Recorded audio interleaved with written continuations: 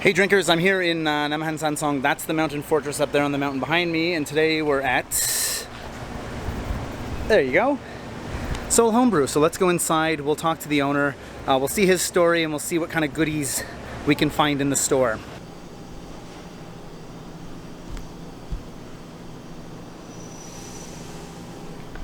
Hops everywhere. To stay under, I told you I'm a bit like obsessed with that. So. Rains everywhere. Where's my faucet caramel? That's there. Ah, yeah. No, that's Wireman. Where am I looking? Ah, yeah. Here's my IPA stuff. So we're in the basement here in the actual store. You can see some of the goods here behind us. So this is Stefano. Hi. Stefano, why don't you tell everyone a little bit about yourself, a little history lesson. Yes, so originally I'm from Italy. So from Venice. And then when I was 25, 26, I moved to Australia. And then I ended up in Korea. Okay, I was going to ask you, how did you end up in Korea? I was in Australia and I met my wife, which is my wife now. At the time, it was my girlfriend, and I came to Korea because of that. And originally my major is leather. So Leather? Yeah. Like leather work? I'm a leather craftsman. Oh, nice. Okay, yeah. So I used to work for, my family has tannery making shoes. Oh, nice. Okay, Producing cool. leather, making shoes. I always had a hobby of making, mainly in Italy I was making wine. I had my own like a vineyard. Nice. My father has a vineyard. Like commercial? You were selling it? No. Or just like personal? Yeah, no, just personal. Okay. We got maybe a few hundred liters a year. My father, we drink wine like 100 liters a year or 200 liters a year for a family? That sounds about right. Yeah, because Italian made wine is not like the one you buy in the supermarket wine. It's very low alcohol, maybe 9%. Easy to drink with food. Yeah, kind of we call it table wine. Right. Like so like as a Belgium they have the beer, the table. It's a beer, the table beer, like a very low alcohol, 4%, 3%. In Italy we have the wine, the table wine, which is like 8%, something like that, alcohol. So you don't get hammered, but you always enjoy a wine with the food. So maybe we used to drink maybe a liter or a wine a day. Like That's at the table, La Dolce Vita. Yeah. my father a couple of glasses, me a glasses too. My mom, my sister, a glass each, and a bottle is gone, right? So. Oh yeah, it doesn't take long with 4 people, of course. Yeah, especially if it's low alcohol, like you don't even feel it. So anyway, my hobby was to I made beer, and I used to make also some distill, like a grappa. Oh, nice, yeah. Because if you have a vineyard, the rest of the grapes you re-ferment them and you make your own distill. Right. Grappa. Yeah. Nice. So and then I moved to Korea and I mixed up selling leather and was working for a fashion company in Korea. Oh, cool, yeah. As a craftsman. But it was a bit tough. And I was working, and I started I was customer of Seoul Homebrew at that time.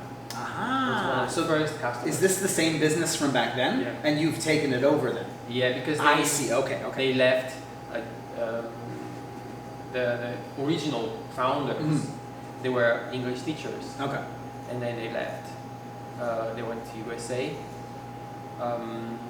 And when they left, I went to their shop and I went to Itaewon and I said why are you leaving? Like, this is a good business and nobody else is, there was no substitution. Yeah, we're going back home. Yeah, someone take this business, please. Right? Yeah. So I thought why not? I already have experience in that.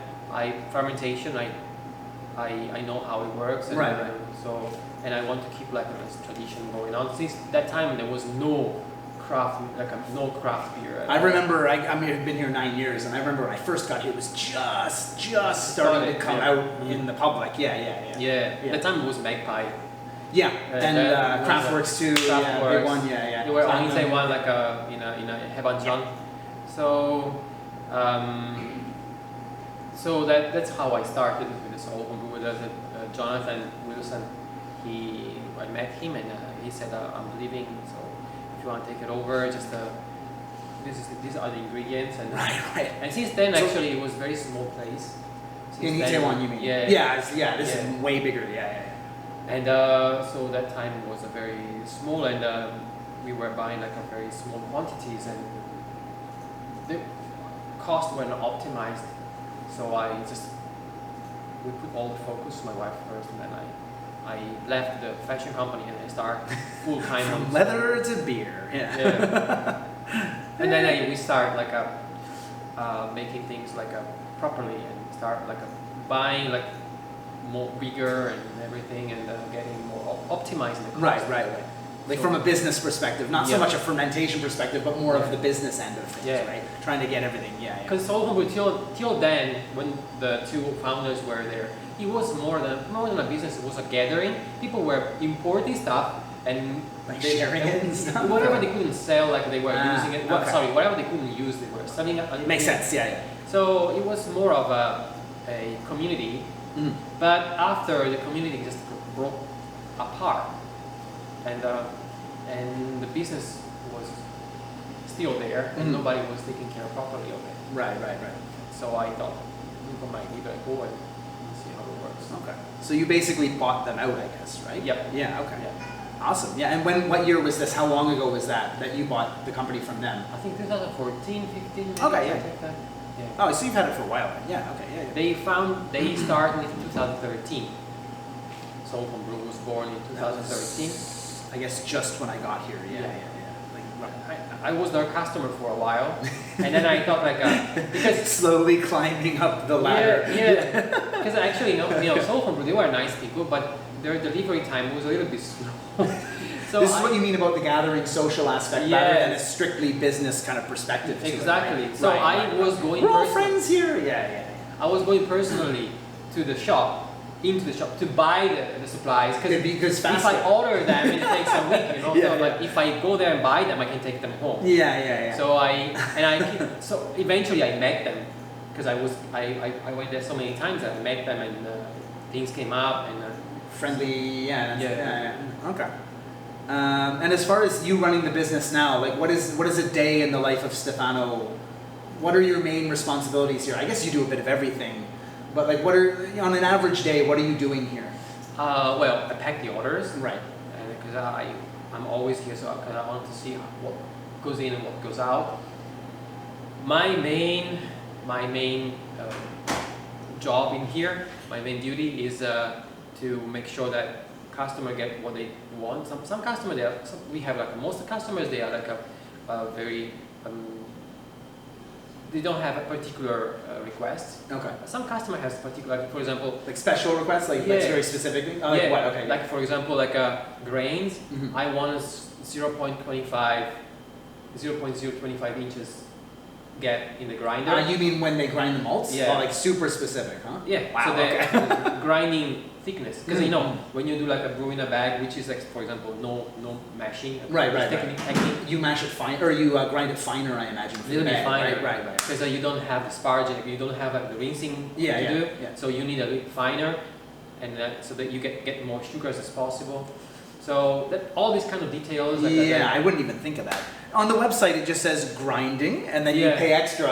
And sometimes I'll just hit that, but I don't think about asking you specifics. Yeah. Yeah. But I guess that's because I'm using the false bottom now from him. Yeah. Yeah. So yeah. So mainly that's the my job, like to get the special requests from customers. Okay. And get the things done properly. Get when we import stuff, so get the importation and everything, and of course taking care of all the orders, and especially when we import new products. Mhm.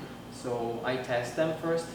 So I make beers, and I test. The joyous part of the job. Yeah. Because we have a lot of kits in our website. We have a lot of kits. Yeah, that's true too. I haven't bought one yet, but I'm looking at some of them and I'm just Yeah. like, holy shit, some of them are pretty wild stuff. Yeah. Yeah, So, so- these are your kind of children, all like our brainchild, creations. right? Yeah. So I make few of them, and then I get people to blind test them, and they say, okay, I don't like this. This is Too not- sweet, to this. This to is the that. good one. So I have I call it my Bible. I wrote down all the recipes and everything. Can I see that later?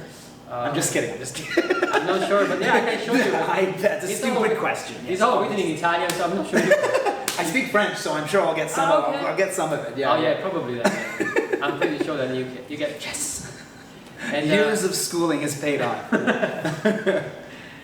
so and then I put down the recipes kits, and then we upload them. So I take care of all Photoshop and creation of the on the website. Beautiful. Yeah. So in order to give the customer like the best type of kit, but I have to produce them as somebody who, if I make a beginner kit, I have to produce that as a beginner would make it, right? Right. So- yeah. You can't think like you do necessarily, right? You need to think how they would do Yeah, it. Yeah. Yeah. Because exactly. the outcome is what that person will make. So Yeah, maybe a yeah. beginner will make some kind of mistakes or will skip some steps, you know. I imagine So- there's more malt extracts in the beginner Yeah. kits than the, Yeah. than the advanced kits, right? Actually, recently I added one more step because we had a beginner, intermediate, and expert. Mhm. But now we have beginner, intermediate, and I added Advanced or- advanced and okay, expert. and then expert. Yeah. Because the partial mash, sometimes there was only a little bit of mold, but some partial mash they have a lot of molds. So people who wants to go from intermediate, so using extract, Mhm. partial extract to all grain, they want an extra step because they want to be more comfortable with handling a high amount of grains. Mhm. So I added one extra step. So I'm developing new recipes now to help them more this type. That's interesting. I like that actually. Yeah, you have to put yourself, your brain in the step, in the Think like shoes a of customer it. would Exactly. Yeah. I've yeah. never thought about it, but a Yeah. couple of customers came here and they said the intermediate has only a small amount of grains, but then when I go to expert, which is all grain, I have to handle like 5-6 kilos of grain. So I go from half a kilo to 6 kilo for me. It's a lot. Holy shit. Yeah. So I thought like, how about I do maybe 2.5 kilos, half, 3 kilos. Bump it up a bit, right? Okay. Bump it up yeah. and give them still the opportunity to use extract. So if they mess up, still they have a bit of safety from the Plan from B, the extract, yeah. right? Yeah. So that's what we are working on. Okay. So that's my job basically, just trying to meet customers' requests and how the home brewing is evolving. But as far as like an average week goes, how many beers would you brew? Like different batches? 2, 3, 10? Like I have no idea. Like how many different beers are you making a week? Like generally, yeah. It's not like a regular, but Okay. if we receive a new product, Right, you're busier. so like just testing myself, maybe I can make a couple of beers, 3 beers a week. Okay. Yeah. But maybe some weeks, maybe I stay like a couple of weeks without making anything. Yeah. Right. Because I have also like all crazy ideas in my mind. I'm making. The brain of a brewer. Yeah. Yeah, What if I did this? Mhm. What if I did Yeah. that? Yeah. So I'm trying to mix different type of all the stuff together, Okay. And but mainly for shop purpose, like a business purpose, maybe once a week, sometimes twice. Let's say like that. And as far as you getting malts, let's say like Briesse or Weyermann or whatever, do you buy directly from Briesse and Weyermann and they ship it over? Or are you buying it from a Korean supplier? Like, who are you Breeze. buying this stuff from? The source? Oh yeah, Breeze. Yeah. We are like the main importers of Breeze. Okay. So we directly import. As a matter of fact, we received a container like 2 days ago. Like on a trucking, Big container. like the big metal ones. Yeah. Shit. Okay. Cool. Yeah. A huge one. Yeah. No. Wow. Okay. Nice. And how close are you like with the people who work at like, let's say Yakima Chief or Breeze or Weyermann? Like, do you have like personal relations with these people? Breeze, we have. Or personal okay, relationship. like how close are you to these people? Yeah. Like, what kind of relationship do you have with them? Well, we message each back and forth quite a few times because new products require we have like their customer service. Mhm. They have like technicians and everything and documents. We need a lot of documents when we import because it's a Right, the customs molds and stuff. right, But Weyermann and all the other brands, we import like a New Zealand hops, Mhm. New Zealand hops, and we import from UK also some hops. I use some faucet stuff. Yeah. Yeah, Well, he knows hops. everything I buy from him. There's no secrets. Yeah. He knows what I buy. Yeah, I keep track of every customer. Like I'm stocking. Encyclopedia. Yeah. But like as far as molds concerned, we have only Breeze. All the molds we get them from importers, like different importers, like Korean ones Korean that buy a importers. ton Yeah. of them, right? They deal with the breweries, and we basically act as a small brewery. We are small brewery. Please give me some. We are a small brewery. Actually, we are kind of a small brewery, let's say, because we order quite few bags per year. So, plus one thing, breweries, before buying bulk, they want to do test batches. So, for example, Thomas Fawcett, for example, many breweries, they come to us, they buy maybe half a bag here, half a bag of that. They make their own test batch. If that batch's result is good, then they will go to the importer and buy a huge amount. Right. So we act actually as a filter. Yeah, because you're buying small anyway. The supplier doesn't supply like half a bag or a few kilos of grain. They want to supply the full bag, right? They don't give a specialty malt. They don't give like half a bag to test. So the breweries come to us and they say, give me a little bit this, a little that, and then when they finalize their own recipe, then they go buy the bulk. We have like a hot packing machine here with a nitrogen packing. Like nitrogen flush. Yeah. To keep them like super fresh, right? Yeah, and we have freezers everywhere here. So, like you make it sound like a mansion, like a secret passage, and there's a freezer in there, and the trap door, and. So we just we keep them stored and everything. So we have that's our job basically. We are focused on home brewing. Right. And sometimes we have breweries, but our main focus is home brewing because you have to decide. And speaking of home brewing, your customers, like what % would you say are Korean and what % would you say are foreign? Like what percentage roughly? Like do you have an idea? Or? Oh yeah. It's shifting a lot. I mean, it's not shifting in the matter that there are less or more. It's just the amount of customers, Korean customers, like kind of improved a lot. So the beginning, 2013, 14, mainly was foreigners. Okay. And then slowly Korean people, they start coming in and customers coming in, and now they become the bulk, let's say 90%. Oh wow, 90. I was gonna say 80-20 maybe, but 90-10. Okay, yeah, that's a lot. Yeah. So 90, even sometimes more than 90%, but about 90, let's say. Still, like we have a nice foreign community about home brewing and everything here and there, but we are very close with them too. But yeah, nowadays I think Korean customers is the bulk of it. Awesome. The more brewers, the better. Yeah.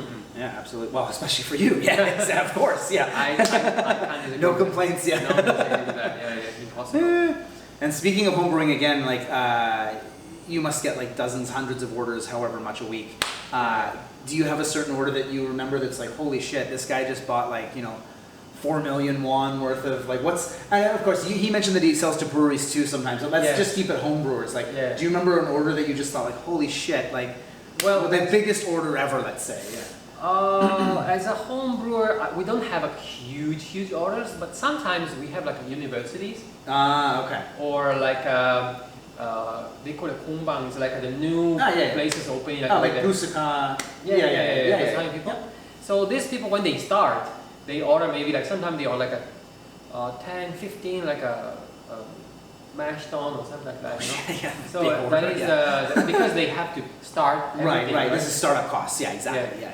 So they do only once, but so that time I get like we get overwhelmed with one type of orders because we have to make things and start like organizing. So you need to make 20 mash tuns. Jesus. So that is a bit sometimes. How involved are you in the mash tuns making? You said making. Yeah. How involved are you in making a mash tun? We make them. Like you do bore the hole and put the. Okay. Yeah. But you don't like, not from raw steel, sure. Yes, from the pot. Oh, okay. I thought you meant like you were boiling the steel. No, that I was like, holy shit! No. Where are you doing? I don't have that type of facility. Okay, I was thinking like, holy shit, Stefano. I don't have that type of facility. Okay, yeah, but you're like constructing them into custom tailor. Yeah. Okay. I didn't know that. That's cool. Okay. Because I have one of his at home. Yeah. I guess I can call it one of yours. Yeah. You didn't sell it to me. He made it. Yeah. It's difficult because. Sometimes they're leaking, they have problems, and if I don't make them here, I don't know. So I have to test them one by one. Right. Make sure everything's 100%. Because, when you make a beer, think you have something and start leaking, even the buckets.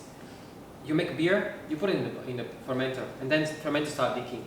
The problem is bigger than what You're fucked. customer people, the common people think. Oh, it's leaking. You just close the leakage. Yeah. No, it's not. You're right. gonna get an infection there. And how are you supposed to put the hands inside the beer? Yeah, exactly. I thought about that. If I drop my thermometer in my fermenter at the very end, it's like, what am I gonna do? Yeah. Wash my hand and put like you have to, but it's still like You have to leave it there, or you know. yeah. Just get it later. Yeah. Just leave the It thermometer. eventually drops down in the bottom, you know, and then you pick it up with the trumps later. Yeah, exactly. So same as when it's leaking, right? When it's leaking, you just have to keep the leak going, and hope that the sugar in the leakage will eventually stop the leakage. Crystallize on the outside. Yeah, that's what happens when it stops, yeah. right? But in the meantime, it messes up your house, and then you can have infection, you know. So delivering to the customer a product that the customer knows that when he's using it doesn't have problems. No problem. I think it's a business card basically. Yeah. Trust is huge. Yeah, of course. Losing it takes 1 second, but gaining the trust takes forever, right? So we try. That's why Sounds I like a decided to businessman. make- Yeah. Which is good. Yeah. Keeping the So- customer happy. Yeah. So that's the point why I'm the one who's making it. Yeah. I don't commission them now. So. Okay. And I guess I'll ask you one more question. You mentioned that you brew to test things out, people, new stuff. But like, as far as your own personal enjoyment goes, like you're brewing a beer to maybe share with yourself or maybe some friends, things that you really like to do. What kind of beers do you brew? What kind of hops do you like to use? Any favorites? Well, I enjoy very low alcohol beers. Okay. Because I'm a big fan of food pairing. Mm-hmm. I don't drink beer if I don't have food. If I don't have my cheese, or if I don't have like my spaghetti, you know, or Right. I make my own. I make my own food, and I try to make the beer that I can enjoy with that food that my food requires. So basically, it's low alcohol beer. Not very hoppy, because the hops like kind of a They're gonna numbs overpower up food. it numbs up my taste buds, and I can't taste it because you know, if you have spicy food, a hoppy beer is okay, because spicy anyway numbs up really your Right. They go hand in hand. Yeah. Nothing's offending the other. Yeah. Yes, they are kind of actually fighting each other to overwhelm each other. Take your attention. But if you make like a very mild risotto, for example, you know, or if you make some nice spaghetti with some seafood, you need some mild beer, maybe something that cleans your palate, you know. So I like sours. I like to make some sours, but I like some mild hops. Mainly, I really like strata hops. Strata hops, and I like some European hops as well. Like Saz goes well Saz. with a lot. Yeah, nice, kind of just a little bit of bitterness, but kind of grassy, neutral for food, right? Yeah. I really love Waihiti and Pohatu, the New Zealand, the very mild hops. Really like a citrusy but kind of tangerine, with very, very mild and soft. I like Challenger hops. For me, it's just the kind of European type of hops. And what is the other name of hops? I forgot the name. It's Sabro. Oh yeah, those are great. I use those. Yeah, those are great. Sabro hop is all-purpose, like a very very forgiving hop. So if you use it at the wrong spot, the wrong time, or if you kind of oxidize a little bit, still doesn't smell bad, or you know. So it's a hop that kind of I like when I age beers a little bit longer. Okay. I dry hop the saison with the Sabro. Yeah. It's great. Yeah. It has a kind of a mint, herbal, like a It's minty, like a coconutty coconut. too. Yeah. Yeah, that type of flavor is really, really pleasant, and it's not overwhelming. So when you Not overly bitter too. Yeah. So I really love those type of hops. Excellent. Yeah. And sour beers or Belgian style, like a beer, like a table beer, table beers. Okay. Like a blonde. Blonde Okay. or beer table. Yeah. How do you call it? Grisette, something like that. Yeah. Ash Tree makes one of those. I love. the Ash Tree Grisette. That's I fantastic. love that remember beer. Yeah. It's only like 3% or something too, like you said. Yeah. That type Just of beers, infinitely drinkable. And so when I have my lunch, I get a glass of that. It's just a My co-teachers won't let me. It's a shame. Yeah, they won't let me. I asked every day, but yeah. a benefit of working so Homebrew is that you can enjoy that. No one can tell you what to do. Yeah, the benefit of working so Homebrew is that you drink for educational purpose, right? It's like this job of mine. Yeah. It's the things I do for this job. Yeah. It's a shitty job, but somebody has to do it. Yeah, exactly. You've taken it upon yourself. Yeah. All right, Stefano. Is there anything else you'd like to tell the good people at home about Seoul Homebrew, about yourself? Well, come and visit Words us. of wisdom. Yeah. Come and visit us sometimes. Like we have an offline shop too, and we open on Saturdays.